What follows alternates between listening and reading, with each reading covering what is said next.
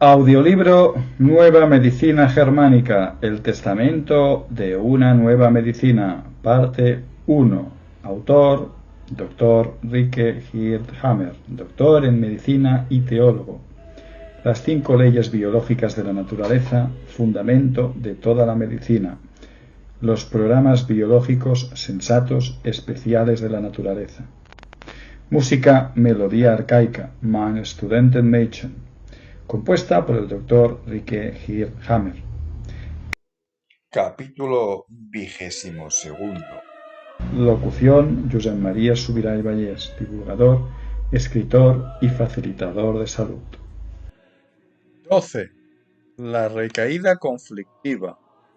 La verdadera recaída conflictiva, el representarse del mismo conflicto originario, forma parte de las cosas que más temo. He visto morir a muchas personas por ello. Incluso sin Hammer, no es un secreto que, por ejemplo, casi ningún paciente sobrevive a una repetición de infarto. Sin embargo, desde que podemos ver claramente en las tomografías axiales computarizadas del cerebro el esfuerzo que lleva a cabo el organismo para reparar el propio computador cerebro, podemos tener en cuenta lo difícil que es curar una herida apenas cicatrizada o en vías de cicatrización nuevamente lacerada. Sana con mucha más dificultad y mucho más lentamente que la primera vez. Si nos imaginamos las células cerebrales como un enorme tejido, entonces tenemos que imaginar también las diferentes modificaciones que se producen allí donde sana un foco de A. Forma un edema intra y perifocal. Las sinapsis de las células cerebrales se dilatan fuertemente, a pesar de eso conserva su función. Al final de la fase de reparación, estas dilataciones hay que hacerlas retroceder nuevamente sin que la función se dañe. Evidentemente, se ve muy afectado el aislamiento de las células cerebrales durante la fase de conflicto activo de la simpaticotonía permanente. El organismo lleva a cabo la reparación de un modo sorprendentemente simple y sensato, así como eficaz, por cuanto procura un aislamiento añadido con la acumulación de células gliales en la red de las células cerebrales. Es lo que los neurocirujanos llaman erróneamente tumores cerebrales. La funcionalidad de la zona tiene que ser garantizada también durante este proceso. C. No solo se debe garantizar la funcionalidad del órgano relativo, sino que el foco de Hammer quita la alimentación eléctrica al tumor y le proporciona las bacterias correspondientes para su demolición. Si estos procesos y funciones en los que la naturaleza se ha ejercitado durante millones de años se interfieren haciendo que vuelva a entrar el denominado efecto de armónica, por el que en breve tiempo las sinapsis se dilatan y se encogen, añadido a la crisis epiléptica normal, entonces llega el momento en el que se le pide demasiado al cerebro y no lo consigue. Todo el castillo de cartas construido fatigosamente se destruye de nuevo y los daños más graves que al principio si se produce una recaída conflictiva durante o justo después de la reparación. Por estos motivos, una verdadera recaída conflictiva es, en mi opinión, incluso más peligrosa que un segundo cáncer, naturalmente, según del punto en el que se encuentre el foco de Hammer en el cerebro. Y todavía hay que añadir una cosa. El paciente en la cicatriz conflictiva psíquica tiene su talón de Aquiles psíquico, su punto débil. El mismo conflicto tira casi mágicamente de él o cae siempre en la misma trampa, aunque lo sabe. He reflexionado largo tiempo llegando a la convicción de que eso está previsto por la naturaleza. De hecho, el programa del ciervo que ha perdido su territorio a causa de un ciervo joven, en la práctica prevé que tenga que enfrentarse todavía una vez con el invasor. De hecho, solo este puede ser el sentido de la simpaticotonía permanente, que el ciervo se ponga en condición de defender sus posibilidades y de recuperar su propio territorio. Si por los bosques vagasen ciervos vencidos, eso traería solamente caos en la jerarquía de los ciervos. Por analogía, tenemos que imaginar que también sea así para los hombres.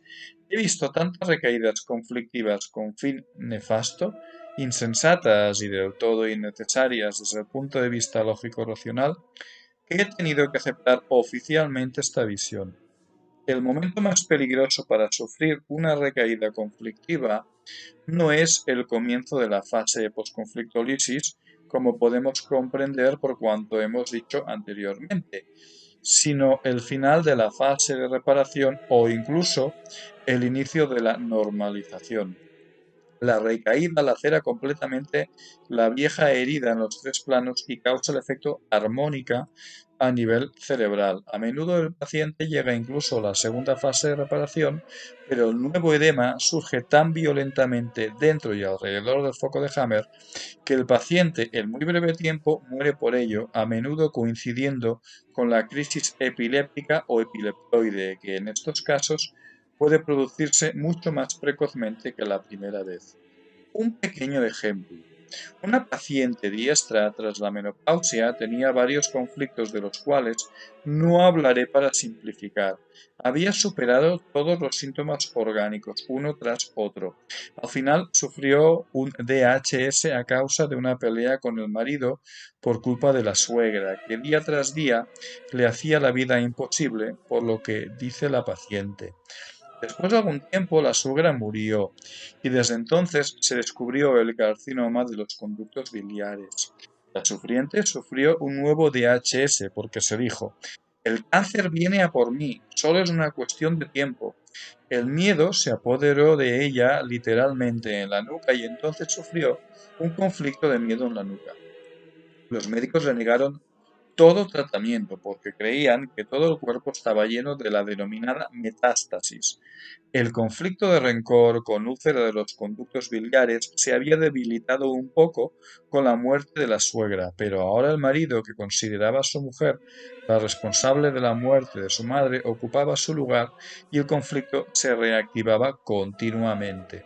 La paciente vino a pedirme consejo. Le dije, usted solo podrá sobrevivir si se separa durante un largo tiempo de su marido, volviendo con su madre o permaneciendo totalmente fuera de esta compleja situación conflictiva. Seguidamente ya no tendrá que tener ningún miedo. La paciente siguió este consejo. Al principio estaba muy flaca y cansada, pero después de unos 4 meses podía trabajar de nuevo y hacer las tareas domésticas de la madre. Sentía totalmente bien. Los hijos, casi adultos, se habían quedado con el padre porque no había sitio para ellos en casa de la abuela. Un día, por primera vez tras 7 meses, la paciente fue a visitar a su hija en su propia casa, creyendo que el marido no estaría, pero inesperadamente se encontró con el marido en la cocina. No dijo nada, pero empezó a ir detrás de ella de un modo provocador y agresivo. La paciente sufrió una recaída de DHS. 2 días después, me llamó totalmente confusa. En el transcurso de algunas horas tras el DHS se había puesto ictérica, amarilla, por todo el cuerpo. No podía comer, vomitaba bilis verde. En 2 días había perdido ya 4 kilos de peso. Los médicos la querían administrar rápidamente morfina, porque era el comienzo del final.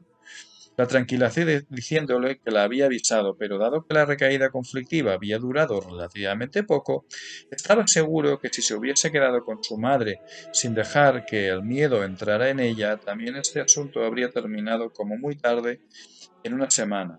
Así fue. Después de 10 días me llamó de nuevo para decirme que el color ictérico había disminuido rápidamente y que ahora estaba bastante bien. Solo estaba flaca y cansada, pero volvía a tener apetito.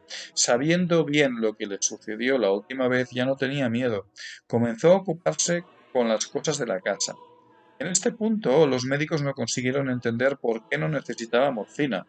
Dado que tenía los 5 tipos de denominada metástasis, no podía curarse según ellos.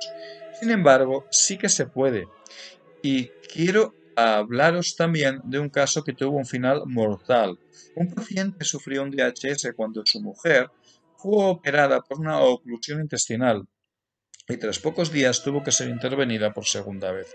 El marido se enfureció mucho porque pensó que el cirujano había metido la pata. Probablemente se trataba de un hilio paralítico y el cirujano no había podido hacer nada, pero el marido veía las cosas de otro modo y consideró que los cirujanos no eran buenos profesionales. Su cólera duró 6 semanas, hasta que la mujer dejó el hospital y tras otros 14 días el hombre se calmó y el conflicto se resolvió. Se le diagnosticó un carcinoma de hígado porque su vientre se había hinchado por un comienzo de ascitis. La ascitis es la fase de posconflictólisis de un conflicto de ataque contra el vientre por la mujer, precedida de un mesotelioma peritoneal. Después de algunos errores de la medicina clásica que no quiero describir aquí, la ascitis desapareció. El carcinoma del hígado había comenzado claramente a curarse. El hombre estaba todavía flaco y cansado, pero podía caminar nuevamente y se sentía en cierta medida mejor. Jamás hago informes con previsiones de desarrollo, porque la vida muy a menudo tiene irregularidades y suceden las cosas más improbables que nadie podría imaginar jamás. En este caso hice una excepción y le escribí al paciente que, en base a mi experiencia, muy probablemente se curaría del cáncer de hígado. Sucedió justamente lo que no tenía que haber sucedido. El ginecólogo examinó a la mujer del paciente y dijo que había descubierto un tumor. Inmediatamente fue llevada al hospital y operada. Se descubrió que todo fue un error, una falsa alarma, pero el paciente, apenas medio curado, cayó instantáneamente en el pánico. De nuevo, una metedura de pata. Sufrió una recaída conflictiva breve pero fuerte, justo en la vieja cicatriz. El pobre hombre no sobrevivió a la solución del conflicto. Por desgracia, la mujer no había entendido el sistema de la nueva medicina y cuando me llamaron ya era demasiado. 13. La vía conflictiva. En la biología rigen las leyes que no conseguimos entender desde que hemos cogido la costumbre de pensar psicológicamente, pero que podemos volver a entender siempre que aprendamos a pensar biológicamente de nuevo. En este modo biológico de pensar entra la comprensión de la vía conflictiva. Los humanos, deformados por la civilización, percibimos este pensamiento vial como algo malo y hablamos entonces de alergias que hay que combatir. Hablamos de alergia al heno, asma, neurodermatitis, psoriasis, etc., indicando con eso indiscriminadamente diferentes conflictos en fase totalmente diferentes junto con sus síntomas físicos. Nos encontramos, por lo tanto, en una notable confusión en la que me gustaría traer un poco de orden. Además de la vía DHS verdadera y propia, existen también vías secundarias. Son las circunstancias concomitantes o momentos concomitantes de tipo esencial que en el momento del DHS ha memorizado el organismo como importantes. Por ejemplo, puede tratarse de olores, determinados colores o ruidos. Para cada DHS puede haber una vía de acompañamiento, pero pueden coexistir 5 o 6 vías de acompañamiento. Es irrelevante atribuirles un significado a posteriori de tipo psicológico o no, porque ya están programadas en nosotros. 13.1. Ejemplo, alergia al heno. Cuando el heno está apenas sesgado, se amontonaba para dejarlo secar todavía un poco, sin que la escarcha lo volviese a humedecer. Estos montones cabos en el interior eran sobre todo en el campo, la posibilidad más romántica y no costosa para la primera relación amorosa. Sin embargo, si se producía lo que pasaba a menudo, un incidente grande o importante, entonces el olor del heno fresco le recordaba siempre a los dos amantes la catástrofe, lo que significa a la fuerza un DHS para los dos, pero a menudo solo para uno de los dos. Hablamos entonces de alergia al heno. El resto, para provocar la alergia al heno, que es naturalmente ya la fase de reparación, no hacen falta montones de heno, sino que si, por ejemplo, vemos por la televisión a un granjero que siega el heno, el efecto es el mismo. Lo particular, que normalmente en la naturaleza debería ayudarnos, es el hecho de que toda recaída conflictiva de vía principal podemos pasar instantáneamente a una o a todas las vías secundarias. Obviamente, todas las vías secundarias tienen también su correspondiente aspecto conflictivo autónomo, un propio foco de Hammer en el cerebro y la correspondiente modificación en el órgano. En el ejemplo anterior de la alergia al heno, la partner, si entonces ha sufrido un DHS, antes de cada ataque de alergia, normalmente sufre al mismo tiempo también una recaída del conflicto sexual con carcinoma del cuello del útero. Si va de vacaciones a una granja en el momento en que se recoge el heno, se extraña de que se le detenga el ciclo menstrual. La recaída conflictiva se resuelve rápidamente en cuanto que regresa a casa y ya no ve ningún montón de heno. Sin embargo, queda la amenaza de una nueva catástrofe si por casualidad va al ginecólogo y este ve un inicio de carcinoma en el cuello del útero. Por eso recomiendo a todos mis alumnos que busquen con especial cuidado el DHS con todas las vías de acompañamiento, vías ópticas, acústicas, olfativas, táctiles, etc. Siempre tienen que tener presente que todas estas no son disfunciones, como se consideraban al principio las denominadas alergias, sino verdaderas señales mentales que sirven para avisar al organismo de un tipo de catástrofe ya experimentada en el pasado. No basta con haber encontrado las vías de acompañamiento secundarias, hay que explicárselas con calma al paciente de modo que en el futuro las pueda recibir con una sonrisa y sin caer en el pánico, incluso sabiendo que el conflicto no está bien resuelto. En una época en la que solo existe la medicina sintomática y cada síntoma se considera una enfermedad que necesita una terapia, este trabajo a menudo no es fácil. Para los pacientes que no pueden o no quieren aceptar la nueva medicina, es incluso una fatiga inútil. 13.2. Ejemplo. Vuelo Senegal-Bruselas. Una pareja vuela desde Senegal hacia Bruselas. Durante el vuelo, el marido sufre un infarto cardíaco, una catástrofe, se pone palidísimo, le falta el aire, a menudo está en el suelo del pasillo del avión. Su mujer piensa en todo momento que morirá, pero no muere. Cuando llegan a Bruselas, le llevan al hospital y se cura. No solo el vuelo fue un infierno para la mujer, sino también las 3 semanas siguientes. Adelgaza, no puede dormir, siempre teme por la vida de su marido.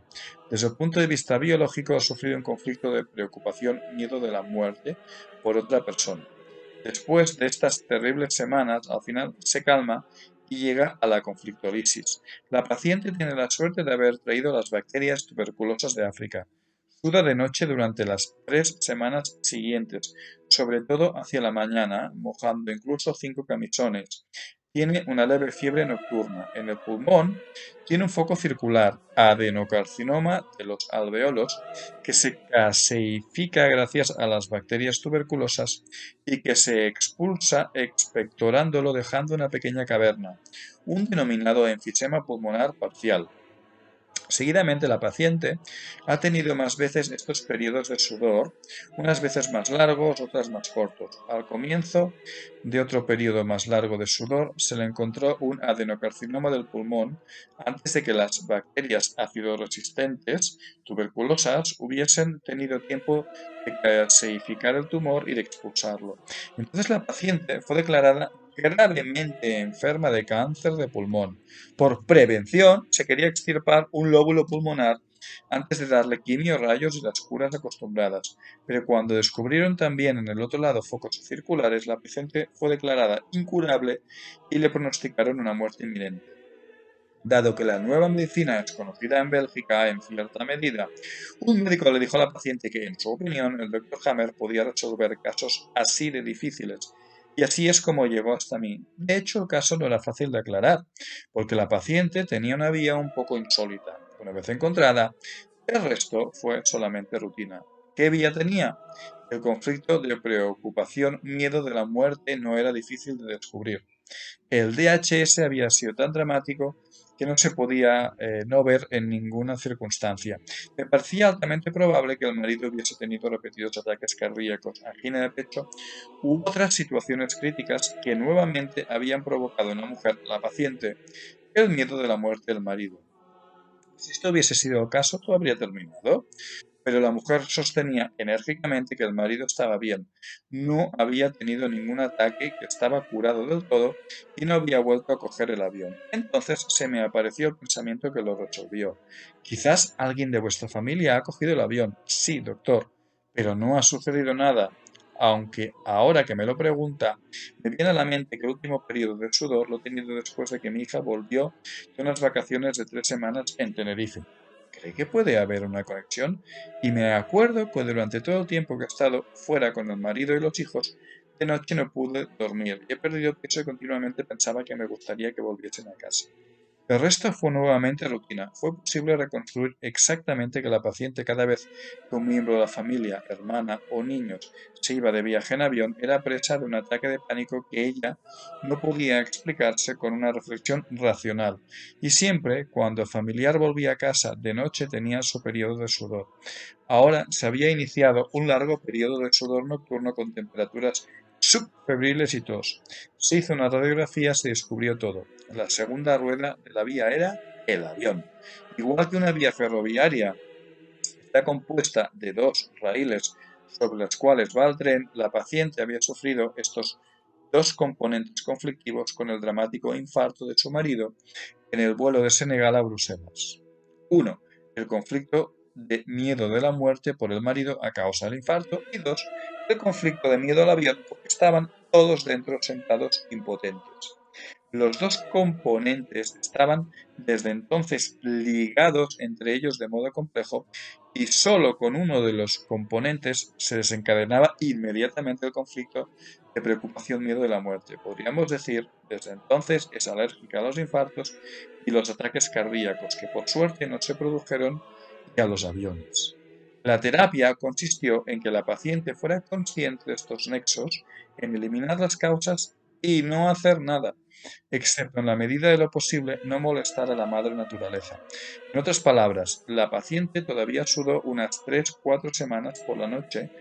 Después, los focos pulmonares no se volvieron a ver, sino pequeñas cavernas solamente. Hoy la paciente está bien. 13.3. Ejemplo, dormido al volante. Un hombre conducía a las 3 de la noche por la autovía entre Bruselas y Aquisgrán. Cerca de Lieja, poco antes del puente Maas, se quedó dormido al volante. Tras más o menos 1 kilómetro, se despertó asustado por el hecho de que el motor hacía otro ruido, porque el pie no apretaba el pedal del acelerador. Sufrió conflicto. No puedo creer a mis orejas. Instantáneamente tuvo zumbido en el oído izquierdo. Desde entonces tiene el zumbido regularmente por cortos intervalos de tiempo. 1. Cuando se despierta por la mañana. 2. Siempre que conduciendo el motor desaceleraba, haciendo el motor otro tipo de ruido. 13.4. Ejemplo, el gato atropellado. Un conductor desafortunadamente atropelló a un gato. Descendió del coche para ver si todavía estaba vivo y podía socorrerlo, pero estaba muerto, pensó. Santo cielo, el pobre gatito, ¿cómo ha podido pasar? Sufrió un enorme shock viendo al pobre gato muerto. Un año después tenía un gato que siempre le bufaba. Era un gato que su mujer espontáneamente había metido en casa y al que se había apegado en muy poco tiempo. Por la tarde lo acariciaba, todo estaba bien, si el gato volvía a casa puntualmente, pero si llegaba tarde, instantáneamente el paciente sufría una alergia por la ausencia del gato. Siempre se le venía a la cabeza la imagen del gato atropellado y siempre caía en el pánico. Nuestro gato quizás esté en cualquier parte de la carretera, como aquel pobre gato de entonces. Cuando el gato volvía a casa, siempre tenía una alergia cutánea muy fuerte, es decir, la piel de las manos, de los brazos y de la cara se le enrojecía y se hinchaba, tratándose en realidad de una curación de la pequeña úlcera de la piel precedente. Del test salía que tenía obviamente una alergia a los gatos. Hasta ahora habíamos creído que había que tratar todas las enfermedades urgentemente. Esta visión, sin embargo, es totalmente unilateral, porque son los restos de nuestras facultades instintivas. Cada vez había señales de alarma en el caso del asma bronquial o del asma laringeal. Se trata de dos sirenas de alarma activas que nos quieren decir: atención, ha pasado algo, o con esta combinación tienes que estar atento. Con este propósito citamos dos breves ejemplos. 13.5. Ejemplo, el boxer en el furgón. Habíamos entrado en el parque con nuestra furgoneta para ir a pasar con nuestros dos perros boxers una pareja. Después del paseo tenían que esperar un momento en el coche hasta que nos hubiésemos tomado un café. Dado que hacía calor, habíamos dejado la ventanilla medio abierta. Los perros no habían saltado nunca fuera por la ventanilla, pero aquella vez pasó un perro que les ladraba y provocaba. Dicho y hecho. El macho de 4 años saltó elegantemente. La hembra de 6 años quiso imitarlo, pero la vieja señora no lo consiguió, pues estaba un poco gorda y cayó de culo, rompiéndose la pelvis, lo que la hizo estar en reposo durante 3 meses. Desde entonces no ha vuelto a salir del furgón, ni siquiera incitándola con golosinas. Llegaba hasta la puerta y se daba media vuelta. Me gustaría comerme la salchicha, pero no salgo del furgón porque me puedo caer. Lo que no le sucedería nunca a un perro nos sucede a los hombres en todo momento. 13.6. Ejemplo, un atasco tras otro. Una mujer jefe de expedición se metió en un atasco con su autocaravana. Un autobús se le metió encima por detrás. Dado que la zurda, con este conflicto de susto improviso y el conflicto de miedo frontal, aquí conflicto de impotencia, no he podido hacer nada, sufrió los correspondientes focos de Hammer a la derecha frontalmente. Cuando la cosa terminó, incluido el trauma del accidente y los jaleos del seguro, no se encontró, por suerte y a pesar de la tos, el correspondiente carcinoma bronquial y los quistes de los arcos bronquiales, pero se encontraron sus 2 focos de Hammer en el cerebro que obviamente se calificaron al momento como tumores cerebrales y fueron extirpados. Era 1982. Algunos años después, sufrió casi exactamente el mismo accidente, pero esta vez no se trataba de un autobús. Todo sucedió de un modo idéntico a la primera vez. Los médicos de la clínica de neurocirugía dijeron que el tumor a la derecha frontalmente había crecido y la operaron de nuevo. Todo se volvió a repetir una tercera vez. La operaron en el mismo punto porque el tumor cerebral había vuelto a crecer. En el último periodo había experimentado frecuentes casi atascos a los que se había vuelto alérgica. En cada caso se había librado por un pelo. Ahora tenía que ser operada por 4ª vez, además de la quimio y las irradiaciones, porque esta vez se habían encontrado los quistes y las alteraciones pulmonares que se declararon metástasis del tumor cerebral. En este punto, por suerte, conoció la nueva medicina. Ahora la paciente, lógicamente, ya no conduce. En la nueva medicina, la vía significa que un paciente, tanto hombre como animal, que ha sufrido una vez un conflicto biológico, vuelve a caer muy fácilmente en la vía, se llega a una recaída. La recaída puede consistir también solo de un componente del conflicto, véase alergia al avión. Ya esto basta para desencadenar una recaída conflictiva plena. Estas recaídas conflictivas escapan a nuestra comprensión intelectual. Podemos notarlas solamente de un modo intuitivo y evitarlas. Eso que los hombres hacemos bien solo tras el tercer intento. Errando se aprende. Los animales lo saben hacer bien ya después de la primera vez instintivamente. Tenemos que aprender a conocer una dimensión totalmente nueva del pensamiento, una especie de comprensión biológica intuitiva. Los conflictos biológicos nos llevan a la dura realidad, particularmente el animal, pero también para los hombres, en principio, se trata siempre una cuestión de vida o muerte. Y si quieres, te puedes descargar este libro entrando en labacteriafeliz.com, apartado libros, y puedes encontrar el testamento, primera parte, y el testamento, segunda parte, de forma totalmente gratuita.